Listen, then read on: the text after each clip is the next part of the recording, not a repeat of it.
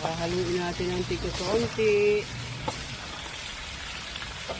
Niluluto kami dinaguan. Napitik-pitik na yung ano.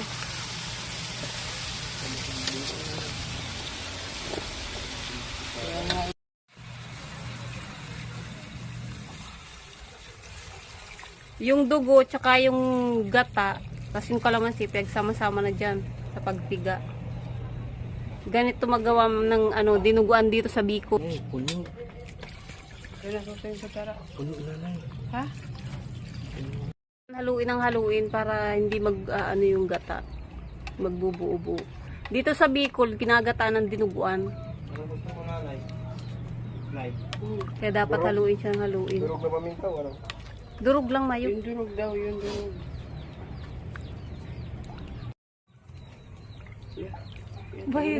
Bayara.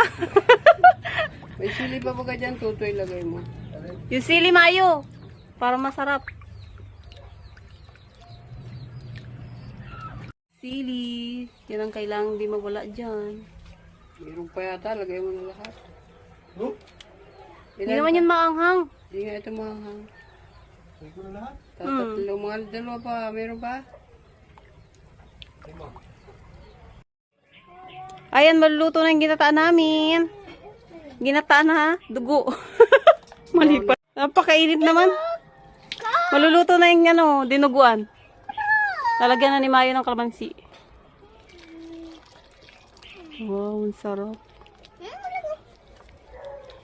Kailangan yan halu-haluin para hindi magkurta yung gata, para malapot siya. Ngayon nga pala yung nanay ko. Recipe niya yan. Naghihalo ako. Ay, ano? Ganito dinuguan dito sa Bicol, oh, ginagataan. Maglalapot pa yan. Hintayin pa maglapot.